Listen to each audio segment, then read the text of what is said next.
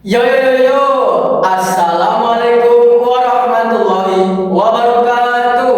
Waalaikumsalam warahmatullahi wabarakatuh. Selamat datang di podcast Informatika. Tanpa basa-basi, tapi tetap asik. Perkenalin, nama gue Mahmud Toha, absen 19 dari kelas 9A. Oh iya, kalau kita nggak kenal mesti nggak akrab nih.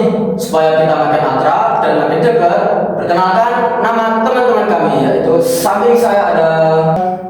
Kalian kenal aku nggak? Nggak kenal. Siapa ya?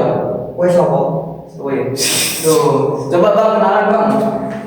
Jadi, perkenalkan, nama saya Ali Farhan dari absen 2 kelas 9A. Dan Di belakang saya, kalian kenal aku nggak? nggak kenal. Duh, udah aku juga. Dari dulu aku kan nggak pernah terkenal. Gimana? Udah aku kenal. Nama aku Ikrama Rizky Mustain, nomor absen 13 dari kelas 9A. Dan juga teman saya Sopui. Masa nggak kenal aku sih bang? Emang kamu siapa? Kamu siapa sih? Kenal. Nggak kenal. Coba kenalan. Sini kenalan. Perkenalkan, nama aku Reirani Brahma Putra, absen 27 dari kelas 9A. Oke, udah pada kenal semua kan? Asik-asik nih pasti. Dengerin sampai habis ya. Oke, dalam podcast ini kita akan membahas tentang yaitu pemrograman dua bahasa yang didampingi oleh ibu tercinta yaitu Ibu. Oke, itu Ibu Kusnun Nurfa. Oke teman-teman, tanpa basa-basi lagi, di sini kami memiliki beberapa pertanyaan nih untuk pemrograman dua bahasa yang akan kita bahas dalam video ini. Dengerin sampai habis loh ya. Nah, untuk pertanyaan pertama, kita akan membahas tentang pengalaman mereka, yaitu pengalaman paling menantang selama belajar pemrograman dengan dua bahasa. Saya akan mendengarkan pendapat Mas Rera terlebih dahulu, yaitu apa sih pengalaman paling menantang Mas Rera selama belajar pemrograman dua bahasa. Jadi pengalaman aku sih saat menerjemahin program-programnya ke bahasa manusia yang mudah dipahami. Aku bingung. Jadi bahasa yang lebih kompleks agar disederhanakan ya untuk mudah dipahami gitu. Itu tantanganmu. Bagus. Untuk Mas Kiki apa nih? Tantangan terbesar aku adalah beradaptasi dengan bahasa pemrograman yang berbeda. Awalnya aku selalu pakai Scratch, tapi tiba-tiba aku harus belajar untuk memakai Blockly. Jujur aku agak kaget. Menarik juga. Tapi untuk Mas Alif gimana nih? Yang paling menantang selama belajar pemrograman dua bahasa yaitu antara Scratch dan Blockly. Kalau di Scratch kan lebih gampang gitu ya. Kalau di Blockly itu lebih banyak dan rumit banget. Jadi itulah yang jadi tantangan saya. Menarik ya. Untuk hampir sama seperti saya. Jadi untuk saya sendiri pengalaman paling menantang selama belajar pemrograman dengan dua bahasa yaitu bahasa pemrograman yang sulit dipahami. Sehingga saya memiliki semangat untuk belajar lebih giat lagi dalam memahami seperti halnya kayak seperti bahasa Blockly, Scratch, terus pemrograman, bahasa numerik dan lain-lainnya.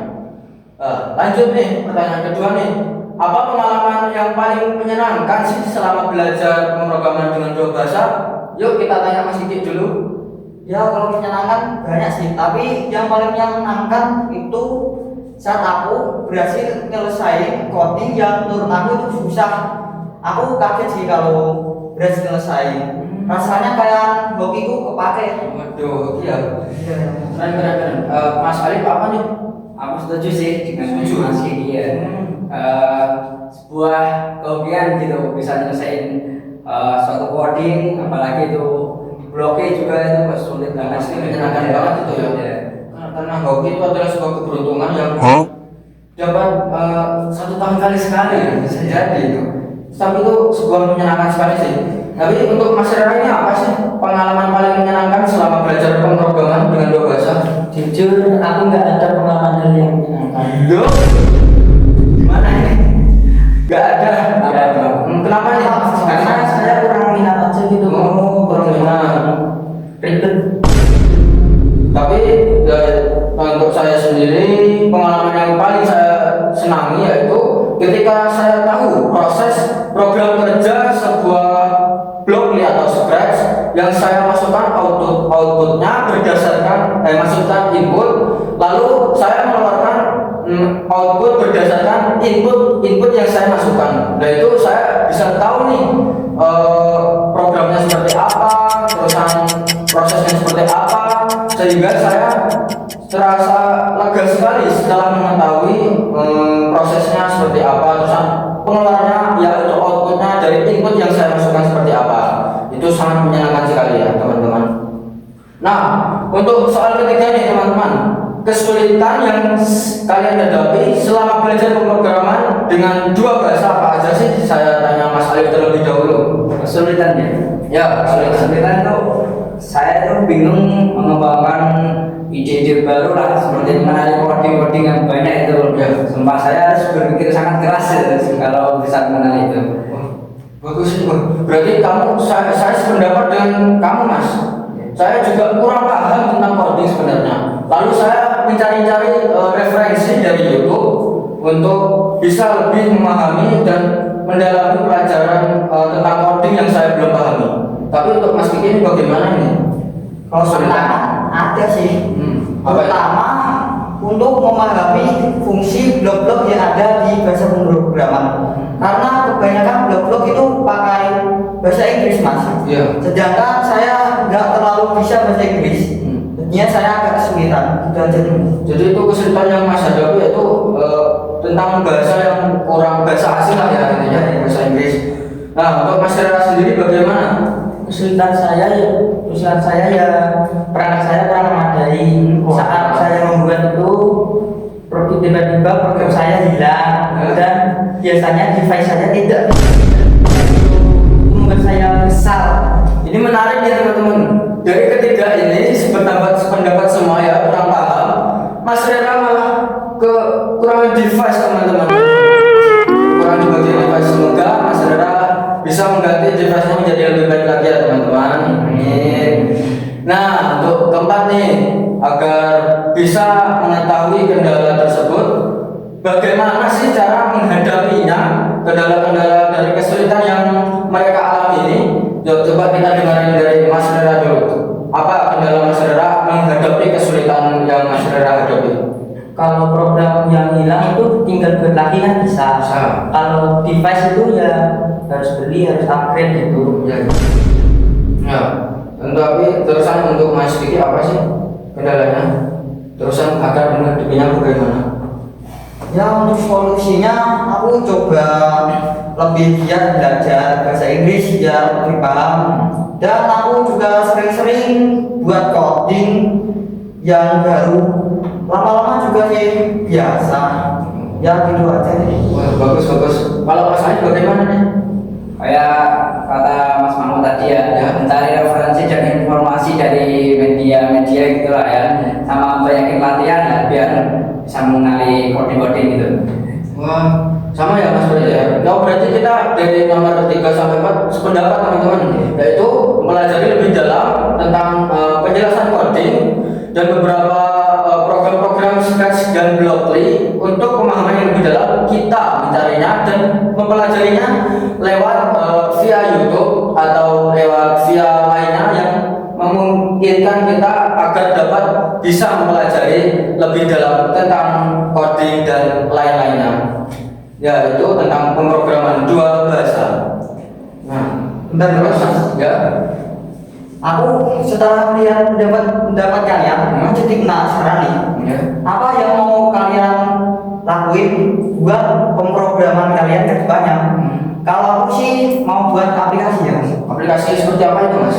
Ya kalau untuk aplikasi, aku ingin buat aplikasi edukasi biar anak-anak Indonesia lebih suka untuk mencari pengetahuan. Ya karena Mas sekarang kan minat baca anak-anak Indonesia itu sangat rendah turun. Jadi aku ingin buat aplikasi edukasi menyenangkan agar anak-anak itu lebih suka belajar. Itu Mas. Oh, berarti alternatifnya buku lewat coding begitulah ya? Ya tepat gitu Mas. Kalau saya sendiri sih ya, saya akan membuat aplikasi coding sederhana agar semua masyarakat yang masih pemula, yaitu seperti siswa-siswa pemula bisa mempelajari dan membuat coding sendiri dengan lebih mudah dan lebih efisien. Begitulah. Kalau Mas Arif sendiri bagaimana nih? Kalau saya sih pasti AI. Karena kan terus ini kan sekarang banyak dunia membuat AI yang canggih-canggih. Dan saya ini ingin mengkontribusi lah ya, ingin membuat AI yang lebih canggih lah, bisa menyaingi mereka-mereka yang saya carikan ya. Sekarang yang lagi memimpin untuk per AI itu Cina ya Mas? Ya, Cina. Apa Mas juga punya keinginan buat nyalip negara Cina Mas? Ya sangat ingin lah. Masa negara Indonesia itu harus maju. Luar biasa. Nah, sekarang untuk Mas Dera nih, gimana nih Mas Dera? Menurut aku sih buat game, karena aku dari dulu suka banget main game. Ya jadi aku ingin gapai cita-cita aku untuk game, buat game sendiri. Oh, wah, berarti keren guys. Dia bisa ingin bercita-cita membuat coding, membuat game dari coding yang dia buat sendiri. Jadi lebih enak dimainnya dan lebih seru lah pokoknya. Kalian bisa menunggu game yang dibuat Kak Dera ke depannya. Tapi Mas, aku penasaran nih. Kamu kalau buat gamenya Kak gimana kira-kira? Seperti Minecraft atau apa? Ya kayak seperti bangun-bangun lah. Iya. Kayak Minecraft. Wow, cukup bagus ya Mas Dera membuat game. Oke teman-teman, mungkin dari beberapa podcast kami, pendapat kami semua harus memiliki kesimpulan nih. Kami memiliki kesimpulan. Yaitu apa sih kesimpulannya Mas Diki dari podcast kami ini? Kesimpulan dari podcast ini ya itu coding itu sangat bermanfaat untuk kehidupan, seperti untuk mengembangkan aplikasi, AI ataupun game.